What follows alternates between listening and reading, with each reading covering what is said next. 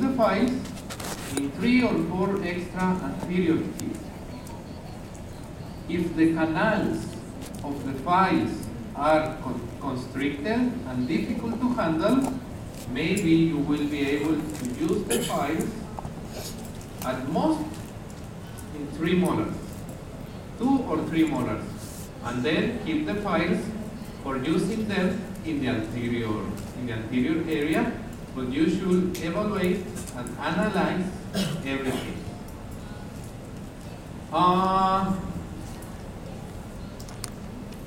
For a long time, people associate the endodontic therapy with what you are seeing here.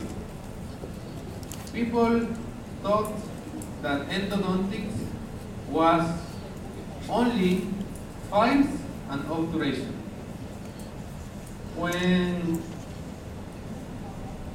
When you meet an endodontist, the people start thinking, okay, this guy is doing just root canal treatments. And the people start associating endodontics just with files and obturation. But it's much more than that. But in this second session, the second part of the lecture, we will focus in obturation. Because, as you know, even if we are doing our best for making our elegant solutions to work properly inside of the root canal system, we are not able to eliminate 100% of the bacteria. We always will have remaining bacteria inside of the dentinal tubules. We will have remaining bacteria mostly in the apical portion of the root canal system, in the apical third. And we need to get that bacteria entombed and sealed inside of the root canal system. In that way, we will keep the nutrients away from the bacteria, and the bacteria are not going to be able to activate the metabolism for provoking problems in our teeth.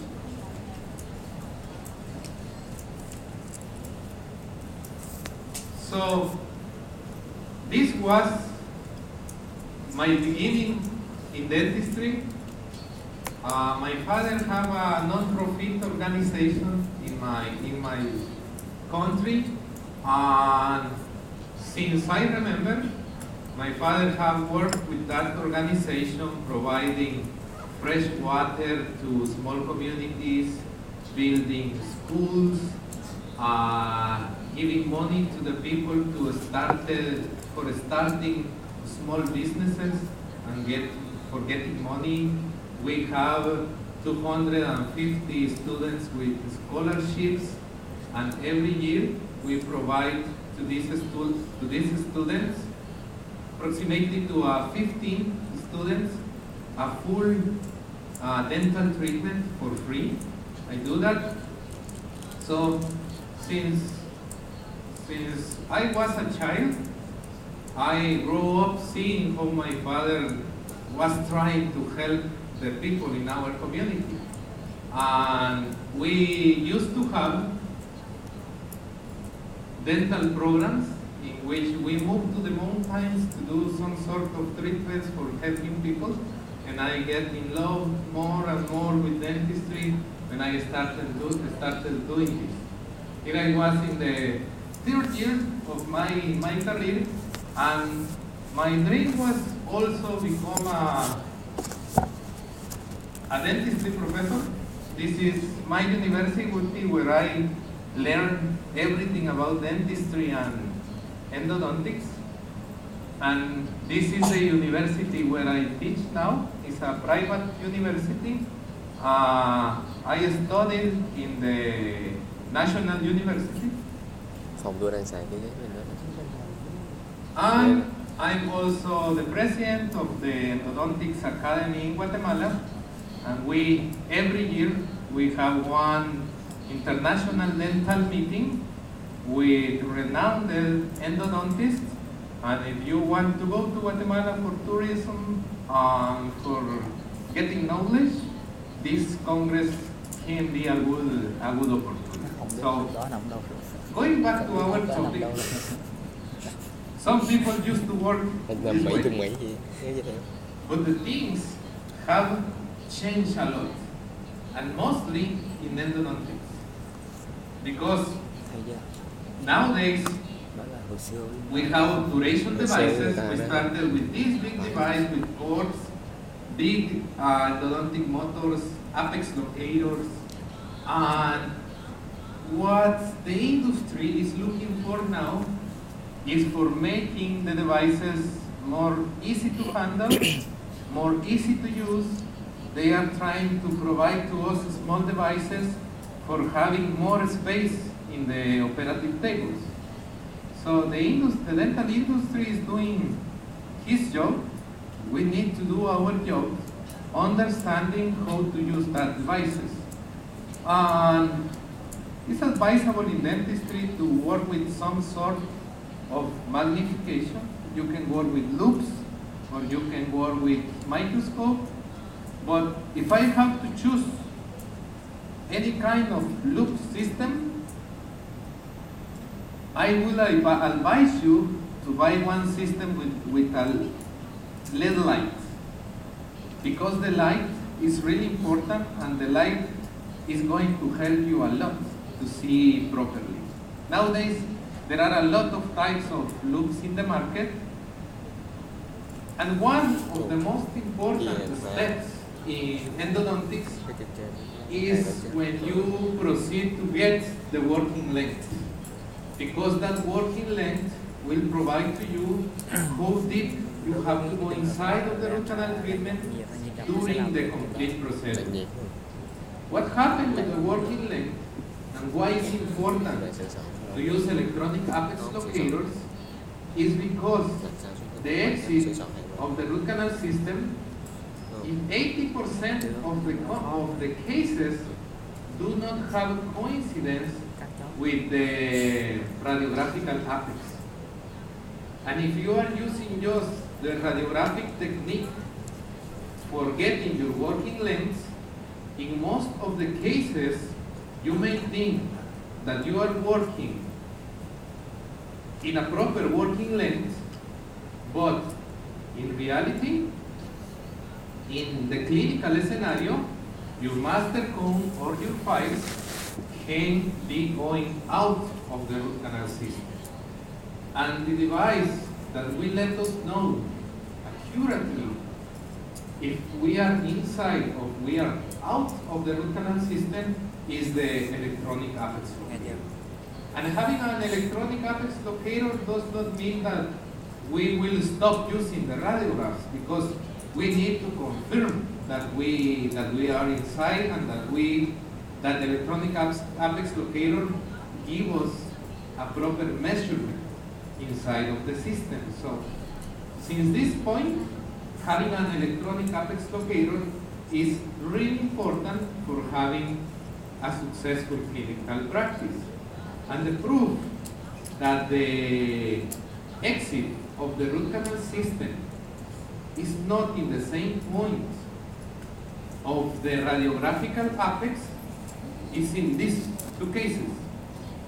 As you can see, we have a sealer puff here and a sealer puff there. And because of that, it's evident that the apical foramina is in an eccentric area. It's not in the center of the tooth. Without an electronic apex locator, maybe in this case, we may try to go and to find a way for finishing our shaping and our obturation in this area.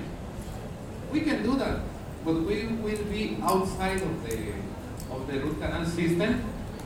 And one important point to have in mind is that the periapical area will always follow the location of the exit of the root canal, because the bacteria and the toxins coming from bacteria are going out to the periodontum drop that exit. So the periapical cyst of the granuloma in that area will always follow the exit of the root canal.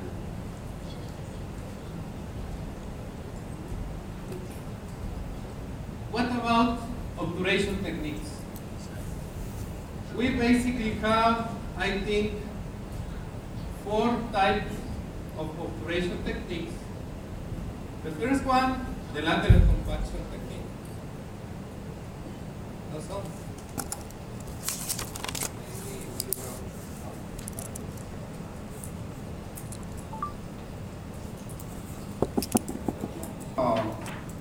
obturation, right? There are mainly 4 types of obturation techniques nowadays. The first one is the lateral compaction technique. Is the most used one all over the world. It's an effective obturation technique, but that technique has some limitations. The other technique is the continuous wave obturation technique combined with the gutta-percha injection. We will talk about that technique today. Another obturation technique that just arrived in endodontics is the obturation technique with bioceramic sealers. That technique is really easy to perform because you just need to use a master cone and the sealer. But it's not in that way for all the cases. Sometimes we need to combine techniques. And the fourth technique is the carrier-based obturation technique. That technique is expensive. It's a little bit hard to learn how to apply. I have never used that in my practice because for my clinical environment, the carrier-based obturation technique is too expensive. I cannot get a proper profit from my treatments using that obturation technique. And today we will focus on the continuous wave obturation technique and in the obturation technique using bioceramics. Why there are so many obturation techniques in the market? Because of what you are seeing in this slide. The anatomy of the root canal system is really complex. We have C-shaped canals, we have oval canals, we have irregular canals like this. We have a lot of ramifications, and if you pay attention, almost all the ramifications and lateral canals are located in the apical area. So that apical area is difficult to clean and is at the same time difficult to obturate. So our main effort during the obturation should be focused in having a proper seal in the apical area. That is the most critical part of the root canal system. And sometimes we also can have cases like the one you are seeing in that model where the apex is not closed, it's really open with an irregular shape. And obturating a canal like this with gutta-percha is impossible. It's impossible. We need to use MPA or other materials. But we are going to see how to work in an easy way, because doing this is not easy. Just imagine yourself placing a lot of accessory cones. There are a lot of money wasted there. Can you see? This was an obturation from one of my students, and I explained them, you have to pack properly the root canal. So place a lot of accessory cones. But they misunderstand me. They think that they were needing to pack properly the pulp chamber as well. And this was the result. We don't want that because the lateral compaction technique is not easy to perform and it has some limitations. We have cases like this one.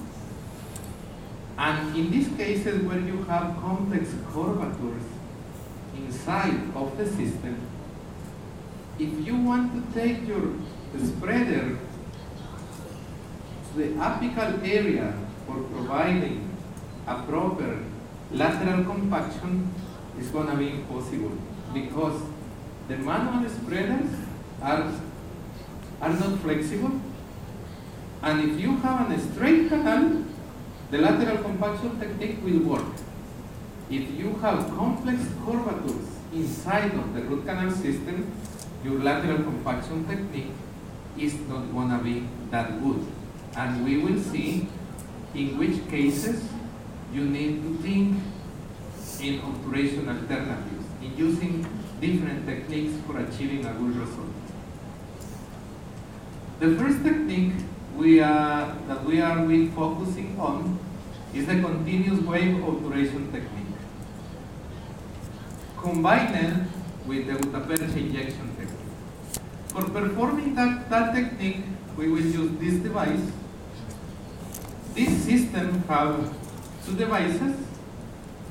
This one is used for working in and operating the apical third of the root canal system. And the second one is for obturating the middle and the coronal portion of the root canal system. The most important step is going to be performed with this one, because we will use a master cone like in a regular technique. We will use endodontic sealer also like in a regular technique, but what we are looking for is to hit that master cone and compact it in the apical portion of the root canal system for obtaining a tight seal inside. And then, with this device, we will take the gutta-percha and just inject it. It's really easy. The continuous wave obturation technique was developed by Steve Buchanan. Steve Buchanan is a living legend in endodontics, and it has been demonstrated that is one of the most effective techniques, because you will provide a dense mass of gutta-percha in the area, and your obturation is going to be really fitted inside of the system, of the root canal system. And because you are hitting the gutta-percha and make it flowable, the material is going to be able to go inside of the lateral canals. The main technique is the one that we are seeing in this video. What we need always is to shape the canals. It's advisable for proceeding with this technique to have a tapered instrumentation, and we will achieve this goal using rotary files. We need to irrigate the canals always. We need to get dry the canals, because before going with the final obturation, we need to have a dry environment. When using your paper points, please place the paper points inside of the canal and wait, because the paper point will absorb the humidity from inside. Sometimes we place the paper point and take it out and place another one and take it out, and it's not so good. I will ask you for a second because I need to blow. My computer is running out of battery.